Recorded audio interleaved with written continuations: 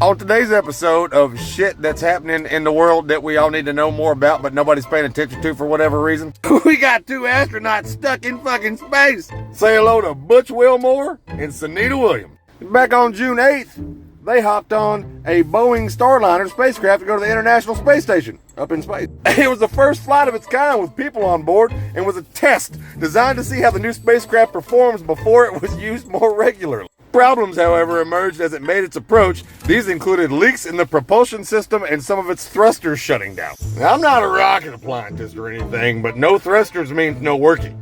They got stranded on the side of the highway, like the worst one you could ever get stranded on. Space. In this jalopy. They're going to have to guide that craft back to Earth remote controlled without pilots, nobody on board. And SpaceX has a craft, the Crew Dragon, that they're going to be sending up on a mission to the International Space Station soon. They're going to leave a couple of seats empty so they can bring the astronauts back.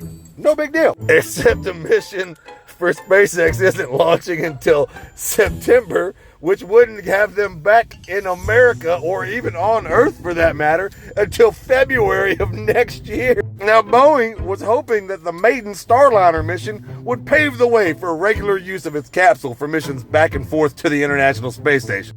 I think it's pretty safe to say that it didn't quite work out the way they thought it would. Waiting on the SpaceX crew to come get them means they're going to be up there more than 8 months instead of the 8 days they were initially planning on being there. Luckily, this ain't their first rodeo, and in their briefings and interviews, the two Americans have been upbeat about their situation, saying, "I'm not complaining that we're here for a couple extra weeks, but not me, bro. I'd be pissed." I've been in some pretty fucking hairy situations before, but this one takes the fucking cake.